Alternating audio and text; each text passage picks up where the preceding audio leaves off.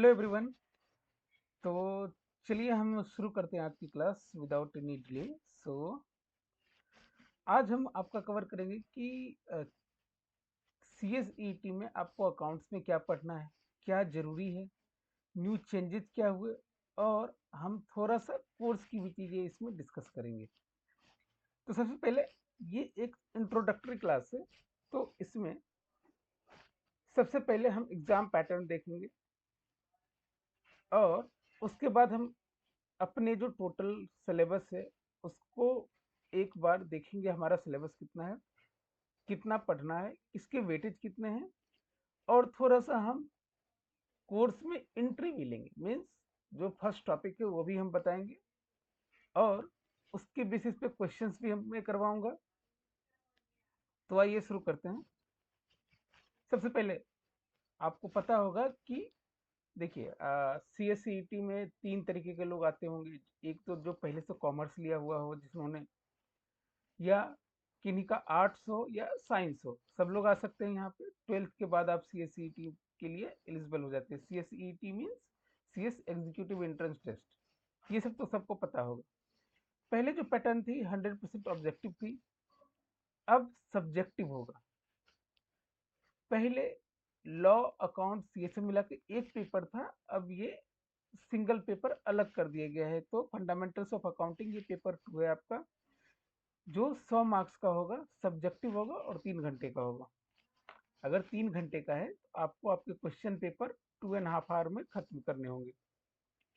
देखिए, मैं ये नहीं कहता कि ये बहुत इजी होगा सब्जेक्टिव ऑब्जेक्टिव की तरह, बट ये इतना हार्ड भी नहीं होगा कि आप इसको नहीं कर पाओ।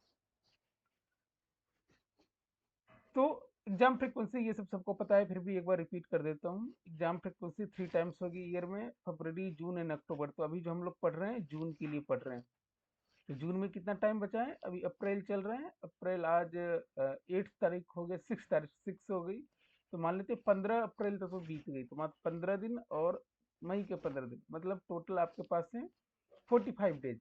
अगर मैं ऑन एन एवरेज लूँ, अगर ये मान के चलूँ कि वैसे तो जून का मतलब हो गया कि समवेयर अराउंड 3rd और 4th वीक ऑफ जून में एग्जाम होंगे, बट स्टिल आप इतना मान के चलिए, क्योंकि बाद में आपको रिवीजन के लिए भी टाइम मिलना चाहिए। अदरवाइज अगर आप रिवीजन नहीं करोगे तो फिर क्या फ़ायदा, आपको कुछ याद नहीं रहेगा। एग्जामिनेशन बोर्ड क्या होगा? सेंटर बेस्ड, मतलब फिजिकल कंप्यूटर बेस्ड टेस्ट, और जो डेजिग्नेटेड एक्सरसाइज सेंटर है वहाँ पे जाकर आपके एग्जाम होंगे।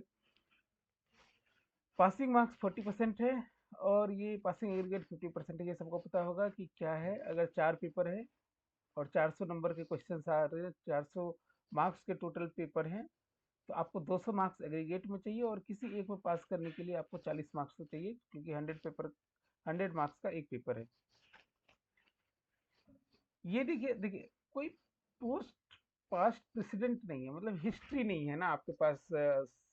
सी एस फाउंडेशन पहले चला करता था, ठीक है, वहाँ पे एक सब्जेक्टिव हुआ करता था, उसमें भी कुछ ऑब्जेक्टिव और कुछ सब्जेक्टिव हुआ करते थे।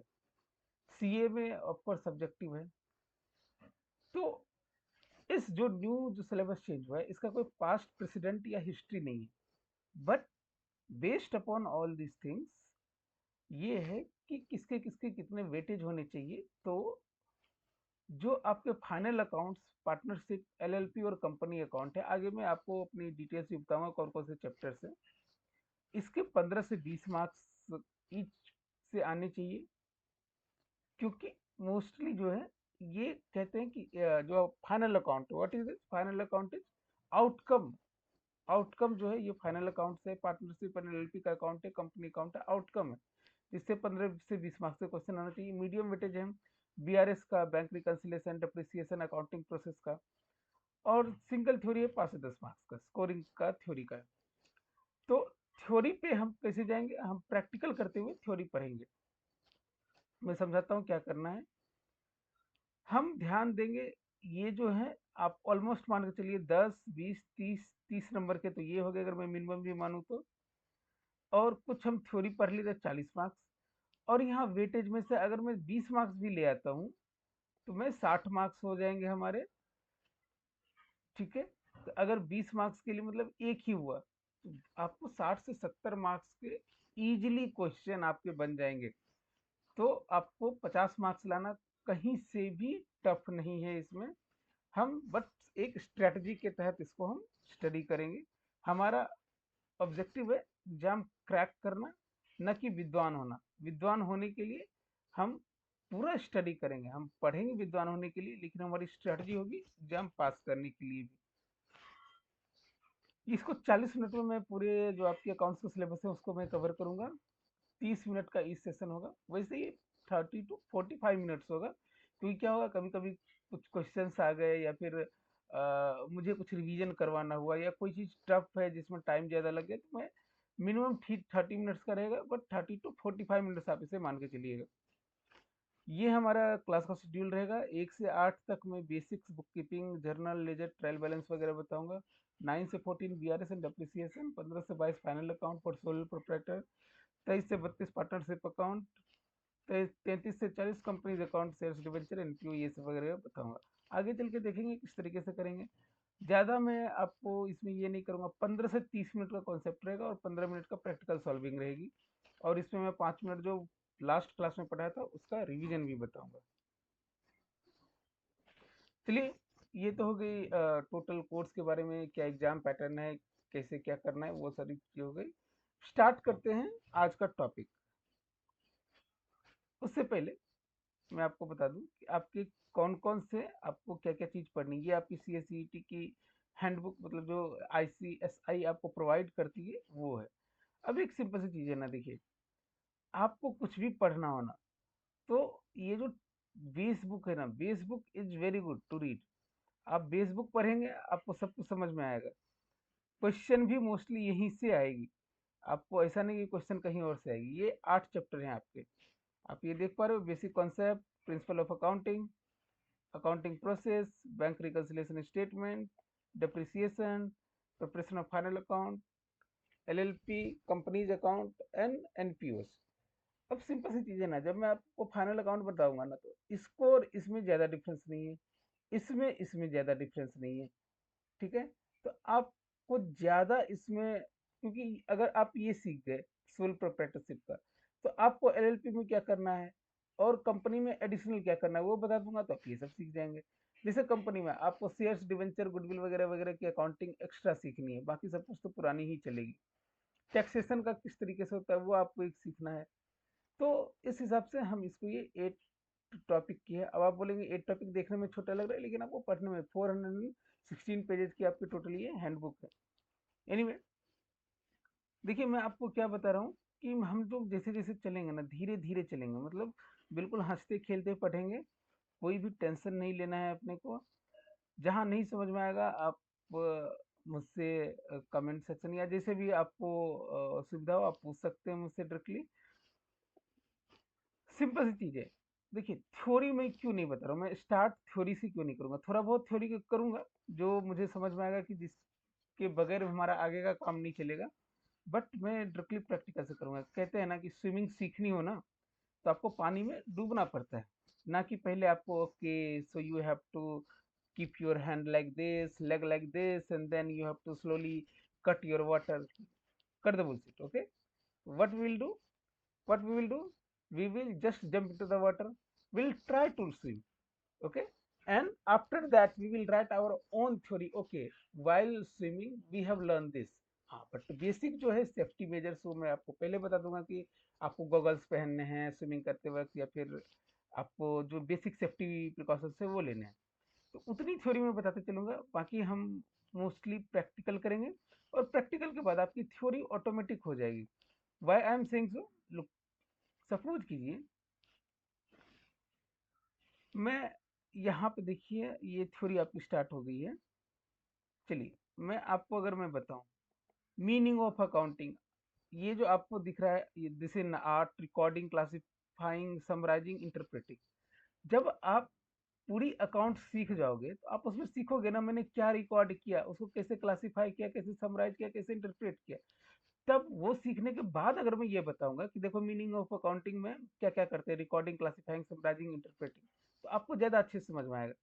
ठीक है, सिमिलर स्कोप ऑफ अकाउंटिंग, ये एक बार आप सारी चीज़ें देख लेंगे, ठीक है, किस तरीके से इंडेक्स लगता है प्रैक्टिकल, तो ये आपको ऑटोमेटिक आ जाएगा। इसको आपको ज़्यादा इसमें दिमाग अभी आपको रटना पड़ेगा, लेकिन उस टाइम आपको ये रटना नहीं पड़ेगा। Significance of accounting, decision making tool for management. कैसे पता, जब मैं आपको बताऊंगा कि देखिए कंपनी ये ट्रायल बैलेंस बनाती है या पीएल बनाती है, इसमें प्रॉफिट एंड लॉस जो आता है इससे डिसाइड करती है कि हमें कितना परसेंट का प्रॉफिट हुआ है और हमें आगे का मेरा कहाँ पे मुझे कॉस्टिंग ज़्यादा लगी है, कहाँ मुझे प्रॉफिट ज़्यादा हो रहा है। तो आपको क्या दिमाग में आएगा, अच्छा हाँ ये तो हमने किया हुआ है, यस, तो इससे क्या होता है, डिसीजन मेकिंग होती है मैनेजमेंट के लिए। ठीक है, इसलिए compliance with law and regulation, जब आप देखेंगे कि ठीक है हम इंड एस पढ़ रहे हैं, ठीक है, और या फिर हमने जो एक सेपरेट सेट ऑफ लॉ के तहत हमने डेप्रिसिएशन चार्ज किया है या फिर हमने एक अकाउंट्स बनाया है, तो आपको ये समझ में आएगा कि ये क्यों कर रहे हैं, हम इस सेपरेट सेट के तहत क्यों कर रहे हैं। Compliance with law and regulation, तो ये सारी चीजें ना आपको उस टाइम में याद रखने में भी आसानी होगी और पढ़ने में आपको लगेगा ये तो सही बात है, लॉजिकल लगेगी चीजें। ऑब्जेक्टिव ऑफ अकाउंटिंग, एक बार आप अकाउंटिंग सीखो तो तब तो आपको ऑब्जेक्टिव ऑटोमेटिक पता चलेगा, क्योंकि ये ऑब्जेक्टिव धीरे धीरे आप पढ़ेंगे हर चीजों में। हर एक चीज, जैसे आपने पढ़ा मानते हैं बीआरएस, क्यों बीआरएस बनाते हैं, जब मैं बताऊंगा आपका बीआरएस क्यों बनाते हैं, कि आपका जो क्या है, जो आपकी बैंक बैलेंस और ये जो है क्या बोलते हैं आपकी जो खुद की लेजर है बैंक की, वो दोनों मैच करनी चाहिए, एक्यूरेसी होनी चाहिए उसमें। ठीक है, तो आप क्या कर रहे हैं, आप एक्चुअल पोजीशन उसको बता रहे हैं, अब एक्चुअल पोजीशन आप बता रहे हैं तो it means objective of accounting है कि मुझे एक्चुअल पोजीशन भी बताना है, क्या, मेंटेन एन एक्यूरेट हिस्ट्री। ठीक है, तो ये रिपीट नहीं होगी, आपको समझ में आएगी चीजें। आप समझ रहे हो मैं क्या बोल रहा हूँ, इसलिए मैं जो जो आपको पढ़ाते जा रहा हूँ, अब मैं इसमें सारे टॉपिक्स कवर करूंगा, बट नॉट इन नेसेसरली कि मैं आपको जो आपके बुक्स में दिए हुए गए हैं उस ऑर्डर में कवर करूँ। मैं वैसे कवर करूंगा जैसा आपको सूटेबल होगा याद रखने में और आपको बेनिफिट करेगा आपके एग्जाम्स के लिए। तो चलिए, आज की टॉपिक हम बिल्कुल लाइट रखेंगे। आज की टॉपिक है बुक कीपिंग वर्सेस अकाउंटिंग। सबसे पहले हम लोग बिल्कुल एग्जाम्पल इसको बिल्कुल सीधा सीधा समझेंगे, बिल्कुल आप बोलो मैं आपको एक प्रैक्टिकल एग्जाम्पल दे के जो आप लोग सब देखते हो डेली लाइफ में, उस हिसाब से मैं करूँगा। कि सपोज कीजिए कि आपके आसपास मोमोज तो आप सबने खाए हैं, तो एक मैं राजू मोमोज का एग्जाम्पल लेता हूँ। ठीक है, तो राजू मोमोज वाला बहुत अच्छा मोमोज बनाता है लक्ष्मी नगर स्टेशन के पास। ओके, वो क्या करता है, वो एक पेपर रखा हुआ है, वो क्या करता है जैसे ही आता है, ओके ठीक है, 5 प्लेट, कमलेश भाई 5 प्लेट, उसने लिख ली, मानते हैं कि वो आपको क्रेडिट पे भी देता है, तो वो क्या करते हैं एक रोकर मेंटेन करते हैं कि हाँ 5 प्लेट कमलेश भाई, 2 प्लेट सलमान भाई, 2 प्लेट सिद्धांत भाई। इस तरीके से वो लिख के पूरा एकदम लिखते जाते हैं कि हाँ, आज जो है टोटल सेल इतने की होगी। दूसरा, सपोज कीजिए अगर आप में से कोई बिजनेस फैमिली में से हैं, तो आप लोगों ने सुना होगा रोकड़ होता है, जो पुराने जमाने में लोग लिखते थे, एक वाइट पेपर जिसके ऊपर इस तरीके से लिखते थे, अच्छा इतने का माल इतना ये, फिर रोकड़ रोकड़ रोकड़ रोकड़ इस तरीके से लिखा जाता था।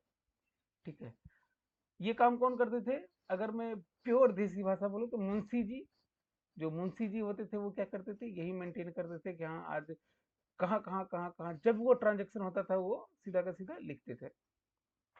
तो वो जो लिखते थे ना उसको बोलेंगे बुक कीपिंग। मतलब बुक कीपिंग में क्या होता है, routine manual recording of daily financial transaction, जो डेली बेसिस पे हो रही है ना उसको हम रिकॉर्ड करते हैं बुक कीपिंग में। बहुत बढ़िया। तो बुक कीपिंग के बाद शुरू होती है आपकी अकाउंटिंग। व्हाट इज अकाउंटिंग, तो बुक कीपिंग क्या हुआ, बुक कीपिंग एक मैनुअल प्रोसेस है जिसमें हम डेली के डेली हम ट्रांजेक्शन को रिकॉर्ड करते हैं। क्या सही है क्या गलत है वो तो बाद में देखेंगे, एक्यूरेसी बाद में देखनी है, लेकिन हम रिकॉर्ड करते जाते हैं, अच्छा ठीक है ये इसको ये दिया, इसको ये दिया, इसको ये दिया, इसको ये दिया, इतने का सेल हुआ, इतने का सेल हुआ, ये माल आया, ये परचेज हुआ, इतना माल इसको दिया। अब आप सोच के देखो कि कल आपका एक एडवांस आया था कमलेश भाई से कि 5 प्लेट मोमोज भैया मुझे कल दे देना मेरे घर पे, और आज आपने कमलेश भाई को वो मोमोज दे दिए, तो आप क्या लिखोगे, कल के ट्रांजेक्शन में लिखोगे एडवांस रिसीव्ड फ्रॉम कमलेश से 50 पचे 250 रुपये। और आज क्या लिखोगे, ठीक है, सामान गिवन टू कमलेश 5 प्लेट 250 रुपया। अब ये जो 2 दिन की एंट्री है, अब इसका एनालिसिस कौन करेगा? अच्छा ठीक है, ये जो कमलेश भाई के थे इसके पैसे आ चुके, मतलब कमलेश भाई का खाता कौन बनाएगा? कमलेश भाई का खाता बनाएगा अकाउंटेंट। मतलब क्या हुआ, ये जो सफर है बुक कीपिंग और अकाउंटिंग का, आपको मुंशी जी से अकाउंटेंट बनाने का है। बुक कीपिंग तो कोई भी कर सकता है ना, ये तो जो राजू भाई के यहाँ छोटू है वो भी कर सकता है। क्या कर सकता है, वो एक कागज लेगा, हाँ हाँ आज इतना, ये 50 रुपए का, जैसे आप देखते होंगे कि जब आप पेटीएम से पेमेंट करते हैं तो वो लिखता है 50 रुपए पेटीएम से है, फिर 100 रुपए पेटीएम से है। क्यों करता है? क्योंकि बाद में उसको मैच करेगा कि अच्छा ठीक है, मेरे पेटीएम के रिकॉर्ड में ये सारे मैच हो रहे हैं या नहीं। जहां मैच नहीं हुआ वहां लगेगा अच्छा इसने मुझे चूना लगा दिया। ओके, तो बुक कीपिंग प्राइमरी स्टेज है। इसमें routine manual recording of daily transaction. अब इसके बाद जब आपकी बुक कीपिंग हो जाएगी, राजू का काम जब हो जाएगा, तो राजू क्या करेगा, वो चिट लेके जाएगा अकाउंटेंट के पास, बोलेगा भैया भैया ये लो, अब इसको चढ़ा दो आप सिस्टम पे। वो जो चढ़ाने का काम है ना सिस्टम पे, दैट इज अकाउंटिंग मीन्स। अब ये सेकेंडरी स्टेज है, इसमें क्या करते हैं हम समराइज करते हैं डेटा। जैसे कमलेश भाई के 2 रिकॉर्ड थे, एक थे एडवांस, एक था माल गया, दोनों को मिला के बोल दिया मैंने सेल हो गया, समराइज हो गया।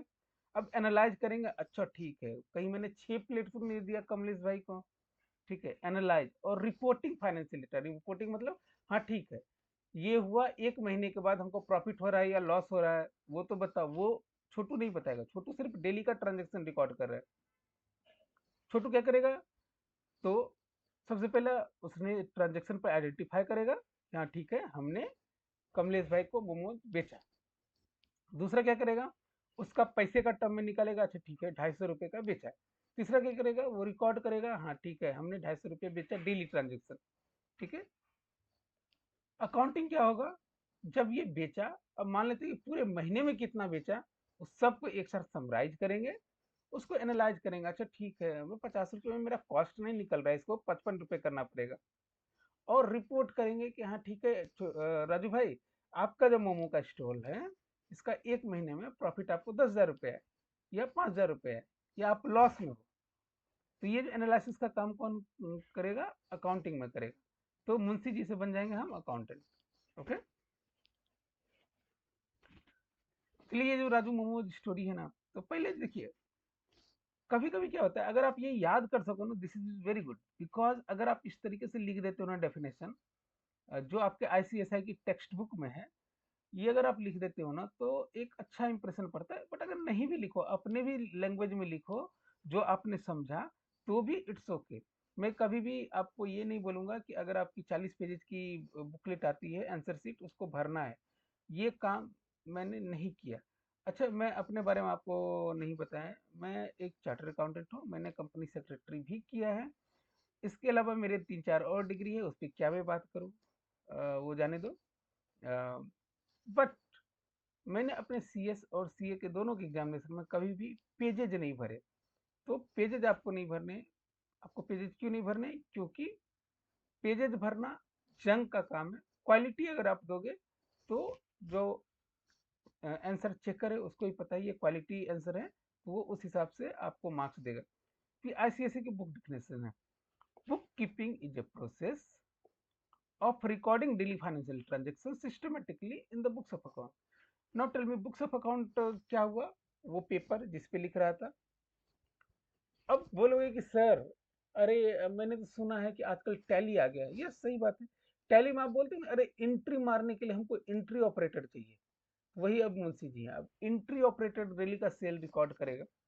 ओके, बाद में जो उसका ट्रायल बैलेंस होगा, पीएल होगा और अकाउंट्स बनेगा, ये क्या है ना कि ऑटोमेटिक टैली में बन के आती है, लेकिन इसको एनालाइज कौन करेगा, वो अकाउंटेंट करेगा।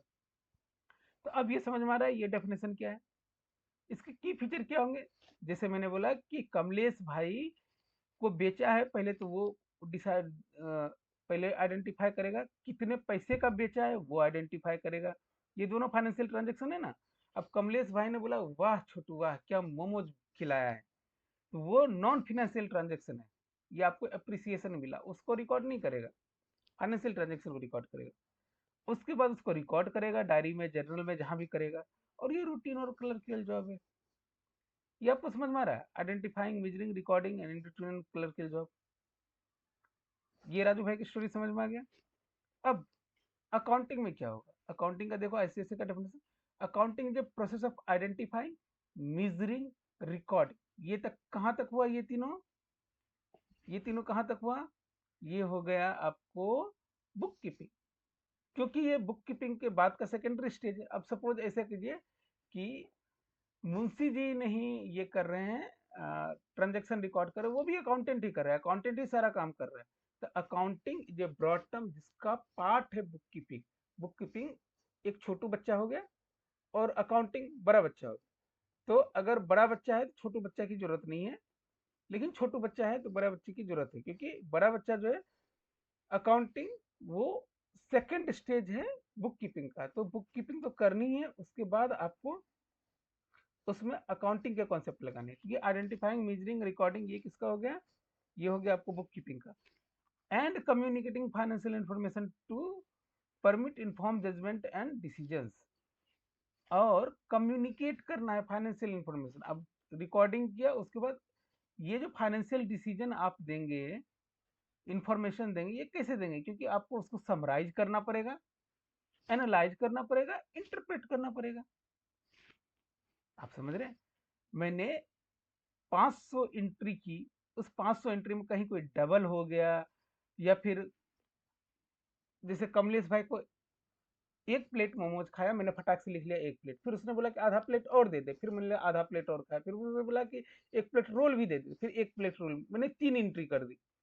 बट ये तीनों एक साथ समराइज करना है। कमलेश भाई को मैंने कितना सेल किया? तो मैंने टोटल 250, 50 और 60 रुपये, टोटल मिला के मैंने ऑलमोस्ट 360 रुपये का सेल किया। ये हो गया समराइजिंग। उसके बाद उसको इंटरप्रेट करना। अच्छा कमलेश भाई पिछले महीने तो बहुत आते थे, इस महीने नहीं आते हैं। समराइज हुआ, इंटरप्रेट हुआ, उसको एनालाइज किया, इंटरप्रेट किया, और इंटरप्रेट करके उसी से निकाला कितनी प्रॉफिट होगी, कितनी लॉस होगी, और वो हमने किसको दिया? अपने शेयर होल्डर को, जो ओनर है, मालिक है, मालिक को दिया। और उसको बोला कि भैया अब देख लो इसमें क्या आप डिसीजन लेना चाहते हो, वेदर कमलेश भाई को कुछ डिस्काउंट देना है। ये हुआ इन्फॉर्म जजमेंट और डिसीजन। इन्फॉर्म मतलब मैंने आपको सारी चीजें आपके टेबल पे रख दी है, ये सारी इन्फॉर्मेशन है। आप ऐसा मत सोचो कि अरे मेरा सेल नहीं हो रहा है तो उसका रीजन मुझे नहीं पता है। आपको पता है डेटा के फॉर्म में। कमलेश भाई पिछले महीने 5 बार आए थे, इस बार 4 बार ही आए, तो आपको पता है कि सेल कम क्यों हो रहा है।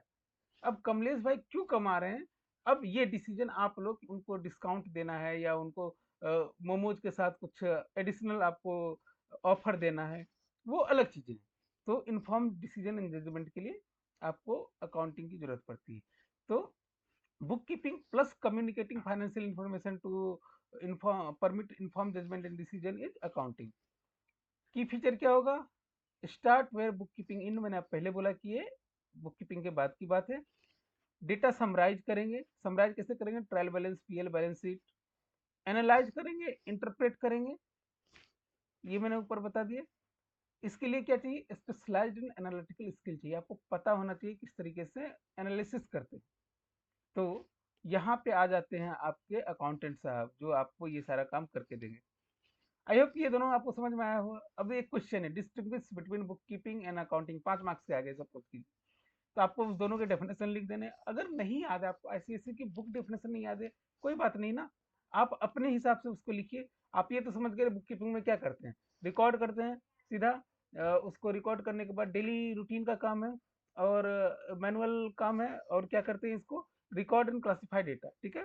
ये प्राइमरी स्टेज है। अकाउंटिंग में क्या करते हैं? उसके बाद जब बुक कीपिंग के बाद क्या समराइज करते हैं, एनालाइज करते हैं, इंटरप्रेट करते हैं। ये सेकेंडरी स्टेज हो गया। इससे क्या आप निकालते हैं? एक्चुअली में आपका कितना प्रॉफिट हुआ, लॉस हुआ, और ये आप इन्फॉर्म करते हैं मैनेजमेंट को। बस उसी के बेसिस पे ये जो 4 चीजें, scope, stage, objective, nature of job, अब आप पढ़ो आपको समझ में आ जाएगा। स्कोप क्या है? Recording and classifying data.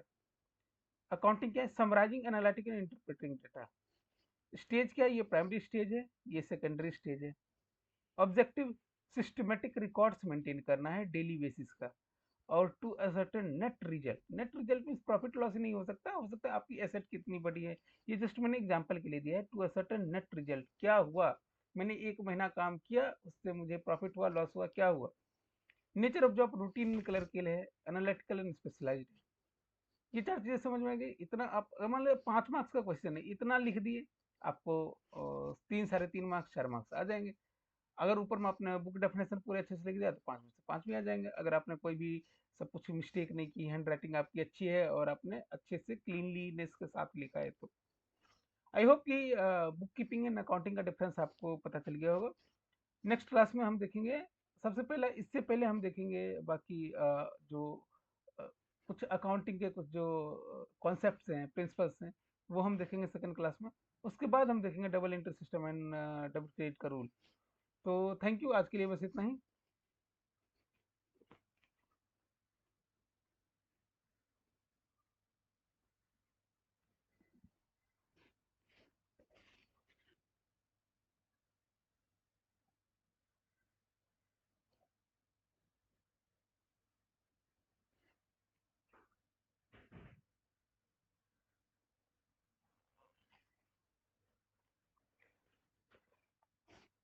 अच्छा, जाने से पहले मैं आपको बुक्स में भी दिखा दूं ये किस तरीके से काम करता है।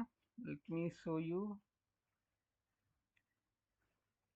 आपको ऐसा ना लगे कि मैं बुक से डेविएट हो रहा हूँ, मैं बिल्कुल, ये देखिए, दिस इज द थिंग। आप उस 4 की जगह आप उसको आगे भी इसको ये कर सकते हैं। आप इसमें जो भी पढ़ोगे वो आपको सब कुछ मैं ऑलरेडी आपको बता चुका हूँ। अब ये देखिए, सब फील्ड ऑफ अकाउंटिंग है, ये भी मैं आपको बता ही दूं। अकाउंटिंग का सब फील्ड क्या है, अभी आप जस्ट ऐसे नजर मार लो क्या होता है। फाइनेंशियल अकाउंटिंग ऑफ कोर्स, एक कॉस्ट अकाउंटिंग होती है जो आईसीएमए वाले होते हैं वो करते हैं। ये क्या करते हैं, ये फाइनेंशियल अकाउंटिंग किसके लिए होता है, पूरा का पूरा financial statement. Cost accounting analysis करता है कॉस्ट का। मैनेजमेंट अकाउंटिंग ये हेल्प करता है मैनेजमेंट को डिसीजन लेने में। टैक्स अकाउंटिंग सिर्फ tax return and tax planning के लिए। ऑडिटिंग जो examination of financial account. Forensic auditing investigating financial fraud. Environmental and social accounting reporting and sustainability and social impact. मतलब ठीक है, आप आपका कोल माइंस है या फिर आपका थर्मल पावर प्लांट है, तो उससे आपकी जो इन्वायरमेंट है उससे क्या इम्पैक्ट पड़ रहा है वो। और government accounting public sector revenue expenditure recording, क्योंकि पब्लिक सेक्टर में क्या होता है ना, इमीडिएटली बैलेंस शीट नहीं बनती, बनी उसकी ऑडिट होते होते 1 साल 2 साल हो जाते हैं। ये सारी चीजें आपको आगे भी आप पढ़ेंगे तो आपको समझ में आएगी। देखिए, अकाउंटिंग इन्फॉर्मेशन का यूज क्या है, एक्सटर्नल यूजर के लिए, किसके लिए, इन्वेस्टर और शेयर होल्डर के लिए क्या करेगी, इन्वेस्टमेंट डिसीजन लेगी। क्रेडिटर लेंडर क्रेडिट वर्दनेस, मतलब आपको लोन दे या नहीं दे। गवर्नमेंट के लिए टैक्स या रेगुलेटरी पर्पज के लिए, और पब्लिक के लिए सोशियो इकोनॉमिक की, हाँ ठीक है यहाँ पे थर्मल पावर प्लांट है, इससे मुझे कितना घाटा हो रहा है। Internal user management employ trade unions, management को प्लानिंग कंट्रोल डिसीजन मेकिंग के लिए, एम्प्लॉय को फॉर जॉब सिक्योरिटी के लिए, और ट्रेड यूनियन को वेज नेगोशिएशन के लिए। तो आज के लिए बस इतना ही लाइट रखते हैं। Thank you so much.